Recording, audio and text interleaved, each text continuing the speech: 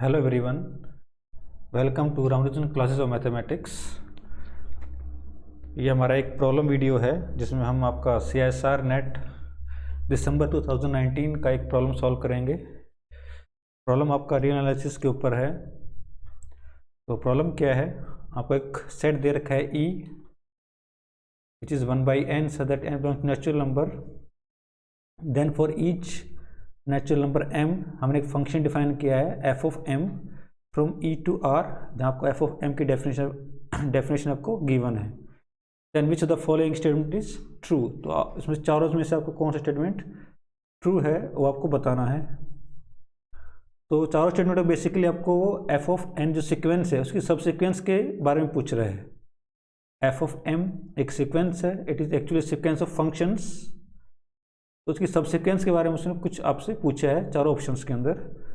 तो पहले हम f ऑफ m को डिकोड करते हैं कि f ऑफ m आपका है क्या।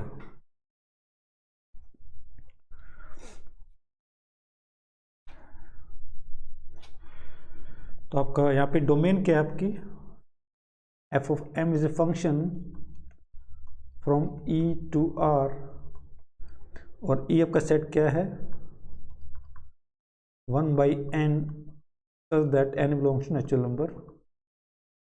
ये आपका डोमेन है set function f of m की। आपका f ऑफ m x, ये आपका x क्या आपका डोमेन से बिलोंग कर रहा है, it belongs to E, means x must be equals to 1/n form का होगा। हम क्या लिख सकते हैं f of m 1/n, this equals to cos of m/n if my 1/n is greater than or equal to 1/m, this is 0 if 1/n is less than 1/m but greater than 1/m plus 10, this is x, yani it is 1/n if 1/n is less than or equal to 1/m plus 10।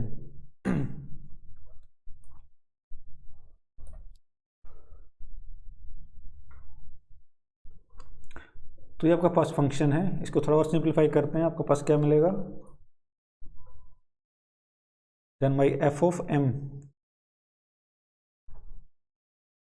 x is equal to, this is cos of m/n if my n is less than equals to m, 0 if n is greater than m but less than m plus 10, this is 1/n if my n is greater than or equals to m plus 10। यहाँ आपका जो x है actually कितना 1/n है, तो this is m। तो ये आपका फंक्शन की डेफिनेशन है, ये आपका फंक्शन है। नाउ अब इसकी सब सीक्वेंस क्या होगी, तो लेट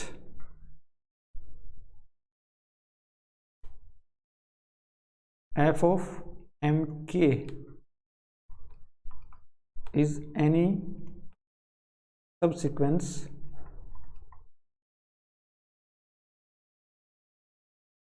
of sequence fm।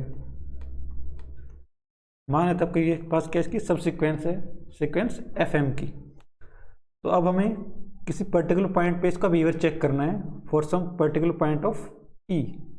तो let 1/n0 belongs to E, then f of mk at the point 1/n0। तो हमने इस फंक्शन के अंदर 1/n0 पुट किया है, तो ये आपका फंक्शन क्या बनेगा, it will be f of mk 1/n0 की वैल्यू कितनी आएगी by definition of function, it will be cos of m/n0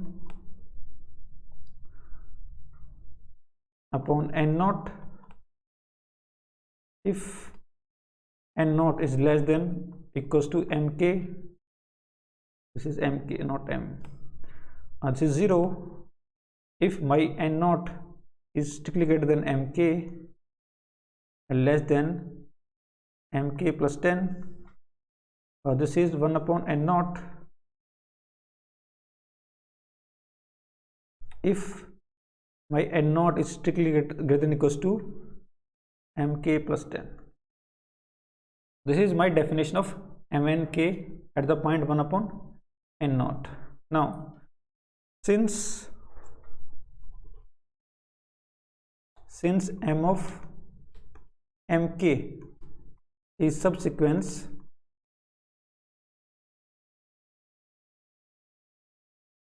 of f of m, it implies mk belongs to natural number and mk is strictly increasing.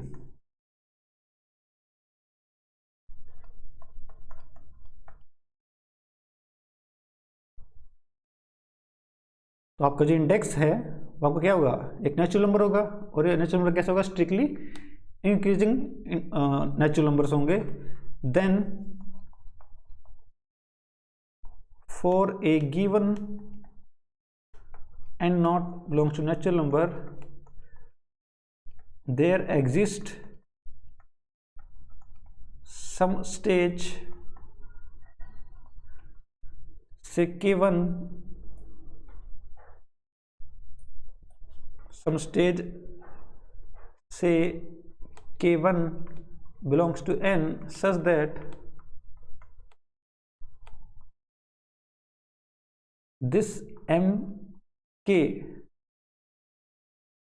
is strictly greater than equals to n naught for every k greater than equals to k1.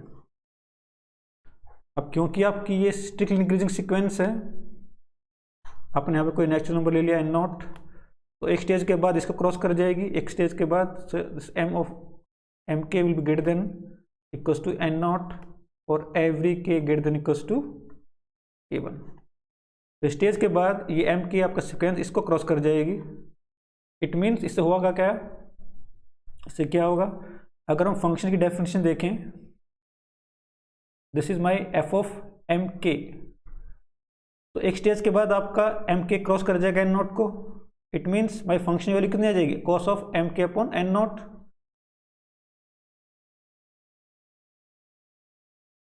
यहां से since for k greater than equals to k1, it implies my mk will be greater than equals to n naught. So it implies f of mk 1 upon n naught is equal to cos of mk upon में n naught. आपके पास जो sequence है, सब sequence है, ultimately क्या होगी, वो उसकी वैल्यू क्या है आपके पास, it implies f of mk 1 upon n naught is equals to cos of mk upon में n naught for k greater than equals to k1.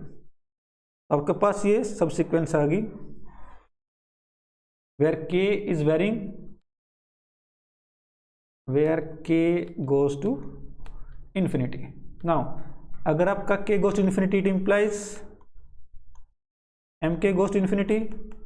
Remember, n naught is fixed, n naught is fixed, so this quantity is fixed, but this is varying. So limit k goes to infinity, cos of mk upon my n naught does not exist, so this quantity becomes infinity. So this is, ये limit आपकी exist करेगी नहीं. सो आपकी जो limit है ये आपकी exist नहीं कर रही है, बट आपका कॉस कैसी सीक्वेंस है, बाउंडेड सीक्वेंस है, but cos of mk upon में n naught is bounded sequence.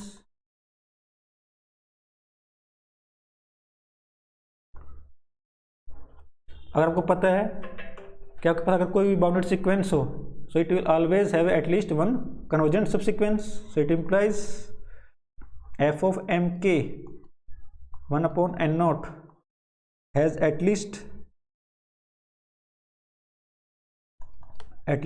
one convergent subsequence।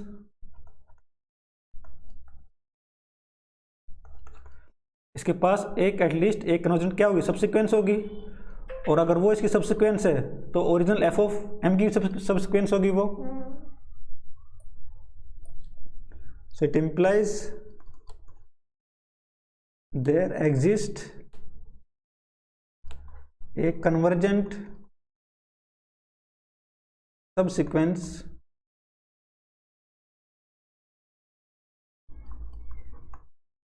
For m of m k।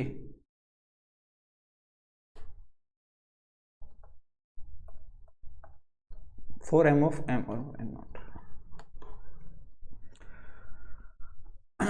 Reason, आपके पास ये सीक्वेंस कैसी बाउंडेड है, तो इसके पास कन्वर्जेंट सबसीक्वेंस होगी, means f of m k के पास एक कन्वर्जेंट सबसीक्वेंस होगी, और अगर वो इसकी सबसीक्वेंस कन्वर्जेंट है तो वो इसकी भी क्या होगी, कन्वर्जेंट सबसीक्वेंस होगी। It implies f of m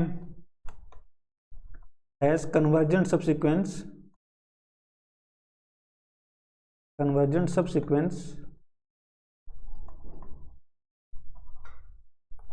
for each n naught belongs to natural number। तो हर एक n naught के लिए आपको क्या मिलेगी, कन्वर्जेंट सबसीक्वेंस मिलेगी। It means f of m के पास कितने सबसीक्वेंस हैं convergent, infinitely many convergent subsequence at each point of its domain। तो आपका जो ऑप्शन है वो क्या रहेगा,